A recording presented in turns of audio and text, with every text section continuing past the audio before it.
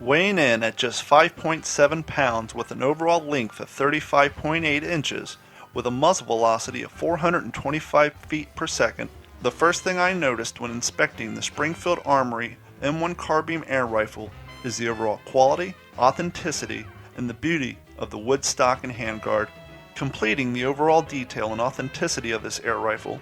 The charging handle, the rear adjustable sight and front sight that we've all come to love when shooting an M1 carbine, all the way down to the details of the simulated bayonet lug at the end of the barrel. We're out here on this hot Florida day in Bokeelia, Florida. It's about, I don't know, 98 degrees in the shade. And we are here to test out the new Springfield Armory licensed air rifle M1 carbine CO2. This thing actually has a charging handle, much like a real one. It has blowback. It is semi-automatic. This is a great little rifle. This comes in two models. They have one that has a synthetic plastic stock, retails for about $199. This one is one with the real wooden stock, retails about $299. I was excited when I found out this came out because for those of you who follow our YouTube channel, listen to the podcast, you'll know that a listener sent me this one about a year ago. This is a Crosman M1 carbine BB gun that was made in 1953. It also came in a synthetic stock and a wood stock. Now clearly this one isn't as advanced as the new one. It does have a charging handle that does nothing more than simply load one BB into the chamber.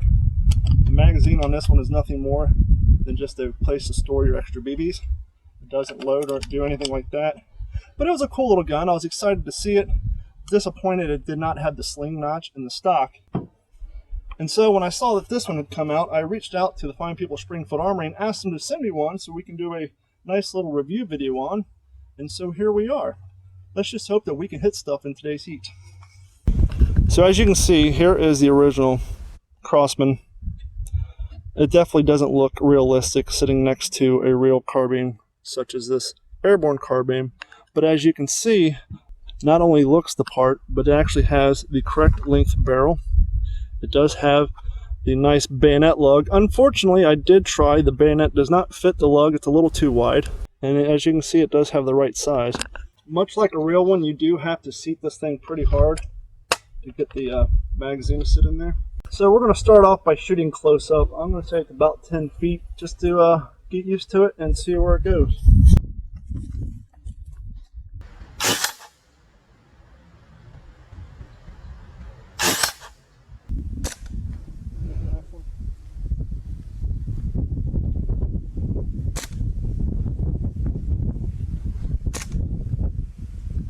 After shooting the rifle for the first time at this small Tuna Can, I would have to say I was rather impressed with my grouping, even though I did only land 6 shots out of 8.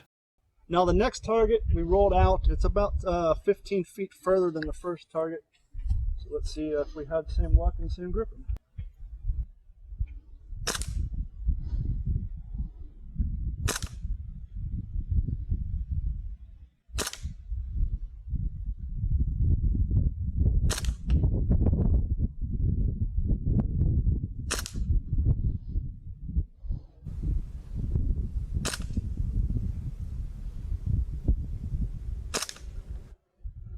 I think I was 5 for 6 on that one.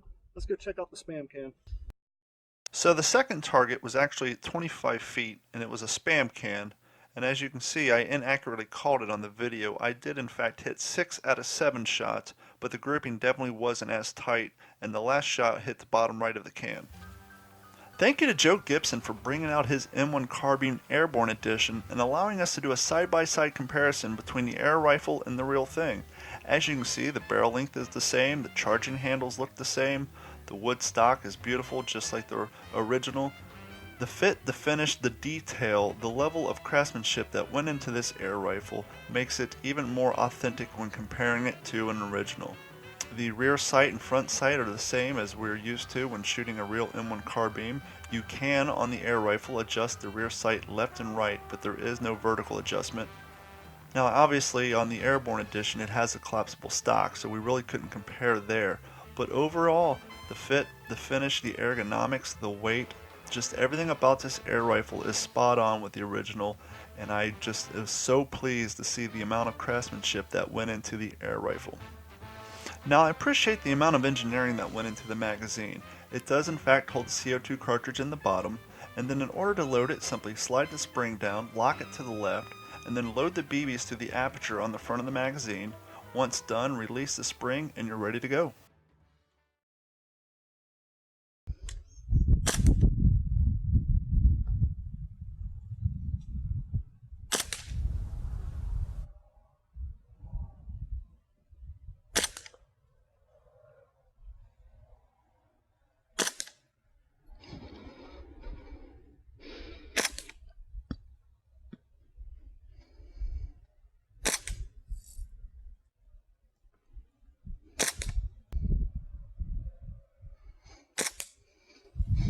It almost seems like a real rifle. It's easier to shoot the further the target is.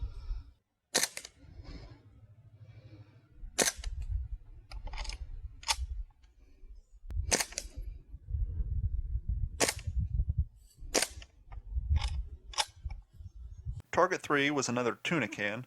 This time it was at 40 feet. The grouping was very tight, but at the very bottom of the can I was shooting a little low. This time I landed 10 out of 11 shots.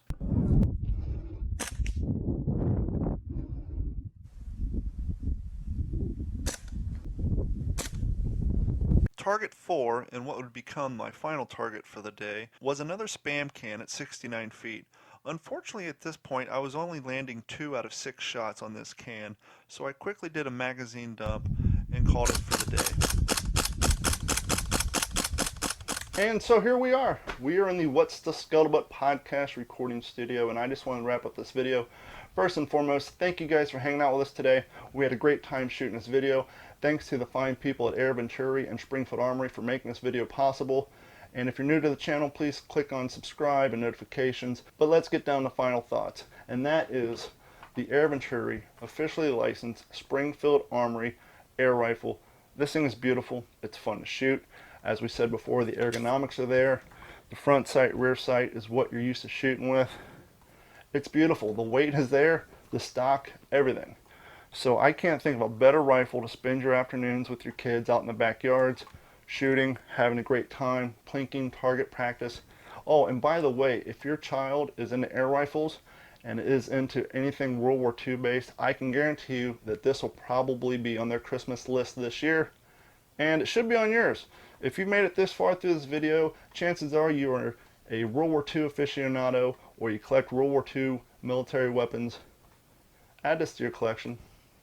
Yeah, it's an air rifle, but it's also a conversation piece. So do yourself a favor, go out and pick one of these things up. You're going to be happy that you did, and you'll thank me for it. Thank you guys so much for checking us out and sticking with us throughout the video. If you're new to the channel, please click on subscribe, click the notification bell, and we'll see you next time. Hit the target too, actually.